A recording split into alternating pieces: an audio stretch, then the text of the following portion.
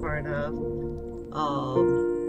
And I wasn't really sure exactly what kind of art I was going to bring into SL. I'm still working on that, but this is an installation that I created a few years ago.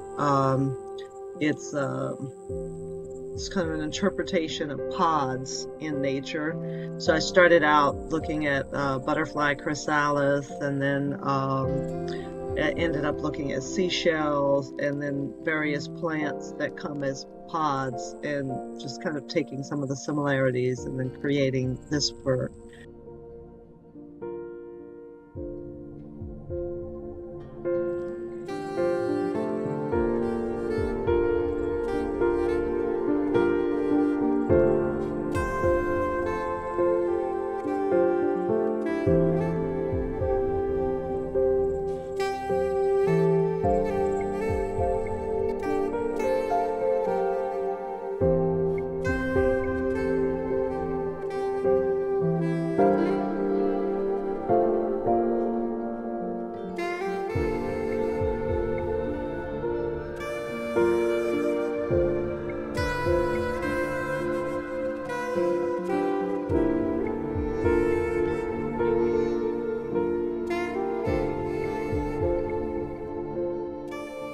Then I retired from running Shawnee Library, since I still work full-time in the real world as a librarian, and it got to be a bit too much for me, but then I have stories pretty much every day, and it's a full-time job just doing that, and Caledonia Sky Tower's been doing it, and she's been doing a fabulous job.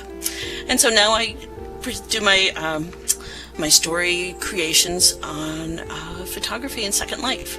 And I love the interplay of light and dark and shadows and brights. You can probably tell yourself that these are models that I craft in Second Life, and I design the surface textures that I apply to the models, and then I use them in various ways in various compositions, and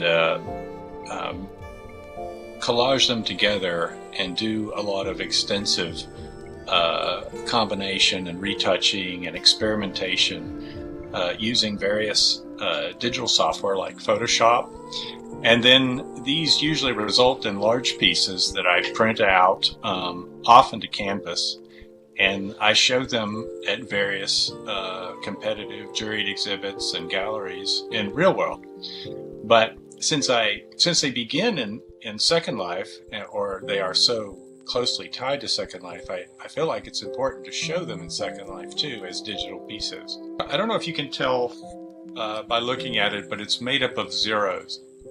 And so it talks about how our identity, or it responds at least to our identity and how we define ourselves, especially in a digital world.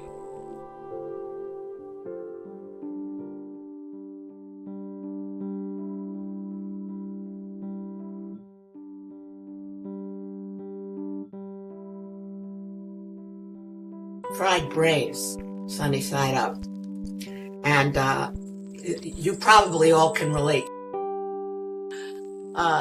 So I was able to make the drawing on the drawing board and then just take a picture of it, and that's what you're seeing.